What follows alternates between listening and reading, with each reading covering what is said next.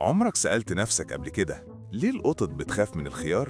يعني بجد قط مفترسة عندها مخالب وسنان تخاف من خيارة؟ بجد؟ خليك معايا ثواني، الموضوع أعمق مما أنت فاكر. القطط بطبيعتها كائنات حذرة جدا.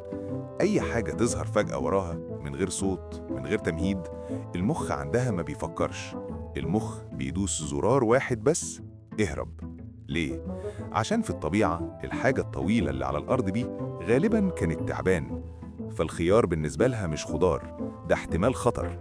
والمضحك بقى إن القطة ممكن تكون آمنة في بيتها شبعانة ومفيش أي تهديد، بس غريزتها القديمة لسه شغالة، دماغها لسه عايش في الغابة حتى وهي نايمة جنب التكييف.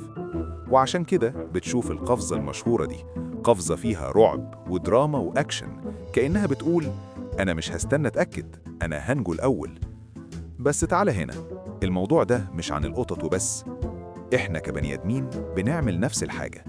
حاجة تظهر فجأة في حياتنا، كلمة، موقف، فشل، أو حتى فكرة جديدة، من غير ما نفكر نترعب، نقفز، نهرب أو نرفض. مش عشان الحاجة دي وحشة، لكن عشانها غريبة، مش مألوفة، مش في الكومفورت زون، زي الخيار بالظبط. فالخلاصة، مش كل حاجة خوفتك تبقى خطر، ومش كل حاجة ظهرت فجأة تبقى عايزة تأذيك. ساعات اللي انت فاكره تعبان يطلع مجرد خيار، وساعات لو هديت ثانية وفكرت هتكتشف انك كنت أقوى من خوفك من الأول، بس دماغك لعب عليك زي ما لعب على القطة. فافتكر دايما، الخوف أول رد فعل، مش دايما الحقيقة. وفي الآخر، لو عجبك الفيديو اعمل لايك، ولو أول مرة تشوفنا اعمل اشتراك في القناة عشان تتابع الفيديوهات اللي جاية. سلام.